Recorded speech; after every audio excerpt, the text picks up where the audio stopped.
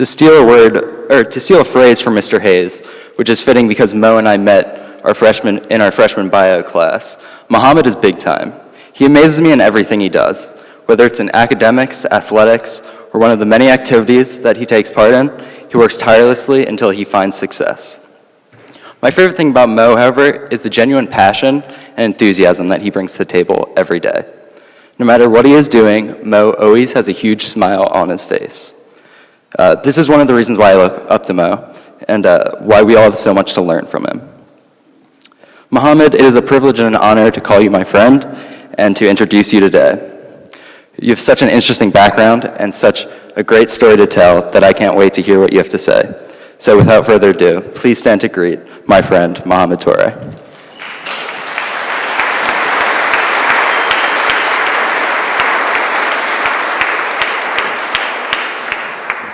Thank you, Michael, and please be seated. Good morning. When I was a child, I always feared the dark. I was told that there was a boogeyman in those dark corners of the house who was after children. So as a result, I grew up fearing uncertainties, afraid of the great darkness that hovered over the African continent at night time. There was, after all, a great deal to be fearful of, especially the political unrest that surrounded us. Nonetheless, in some mysterious way, these things, compounded with certain occurrences in my life, have managed to instill in me a sense of optimism, the belief that things will take care of themselves as long as I do my part. Whether good or bad, what makes us who we are springs from our unique experiences. It is our experiences in life that mold us into the individuals that we become and define our life stories. In his essay concerning human understanding, John Locke wrote, "Let us then suppose the mind to be, as we say, white paper, void of all characters, without any ideas. How comes it be furnished? Whence has it all the materials of reason and knowledge?" To this I answered in one word, from experience, unquote. My story, just like yours, all started with the Big Bang. Then some elements aggregated to form Earth, life evolved, history happened, and Liberia was founded on the west coast of Africa by the American Colonization Society in 1821 as a place for the return of free slaves.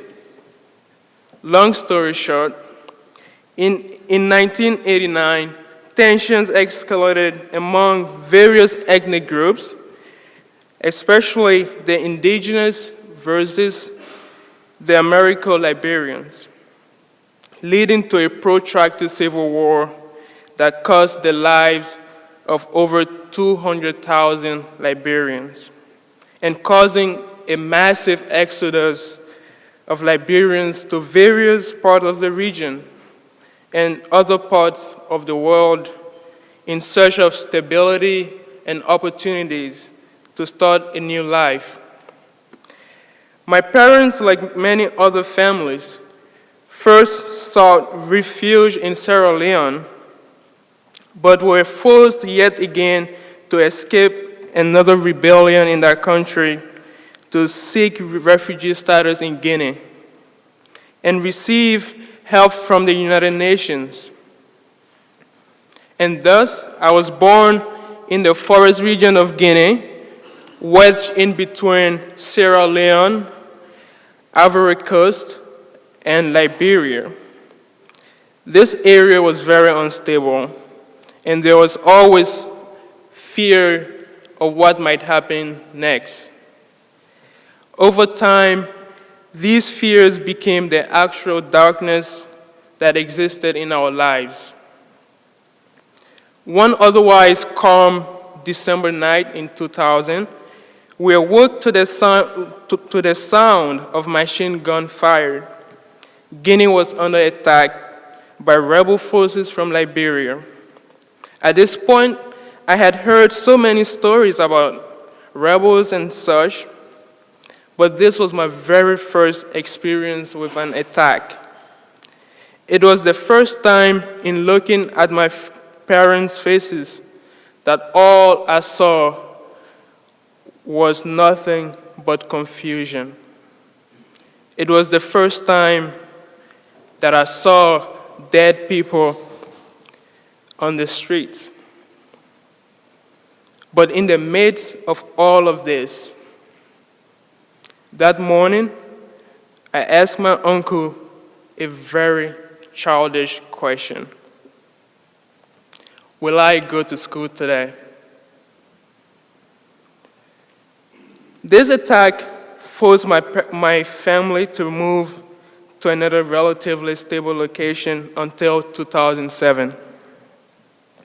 In January 2007, my family was notified that we were offered a resettlement visa to the United States for asylum and family reunion through the help of my sister and her husband, who were already in the U.S. We moved to the United States in March of 2007 to start another chapter of our lives. Those early days were really some of the most exciting moments of my life, with an interesting mixture of hopes and apprehension, a sort of guarded optimism for the new world I was bound to experience. My first year at Harris Middle School in Collindale, I wanted to be involved in almost everything, from student council to peer mediation, because I thought getting involved would help me appreciate even more the culture that I was quickly getting immersed in. I recall at the start of freshman year, one of my classmates asking if I was an exchange student, and at times people wondering where my accent came from. And so today, as our graduation quickly approaches, I'm very grateful for the opportunity to have shared a little bit about my journey to this community, a place that has meant the world to me, a place that has opened doors that I never could have dreamed of before, a place that has provided me with a plethora of experiences to prepare me for the future, however uncertain it may be, a place where I am lucky enough to be a classmate with some of the smartest, hardworking students I've ever known. As I reflect on all of these experiences and some of the decisions that I made, I came to realize that to be the change you want to see in the world is as personal as it is global. For me, it meant to be willing to take smart risks and go after my goals, like running for student council my first year. The risk to dream big. The risk to stand up to my own values and not be afraid of differences, because I know to be different is not synonymous with deficiency. It was growing up to know when to be afraid of the dark and when to actually go into the dark and be willing to lean into discomfort. It also helped knowing there were people willing to take those same risks for you. I would like to extend my thanks and appreciation to this community and to those who have helped me along the way. My parents, my sponsor, Mr. Buckley, my advisors, especially Mr. Clark, who has been a great influence on my life both in and out of school, my teachers and form dean, and most importantly, my classmates, the dynamic class of 2012. I'm sure you guys will rock next year, wherever you go. During the EA Haverford Games this past fall, Coach Knox, a very wise Scottish man, I'm sure he's somewhere in the crowd, but told our team that whenever you get the chance to be part of something, take the time to absorb and enjoy the moment.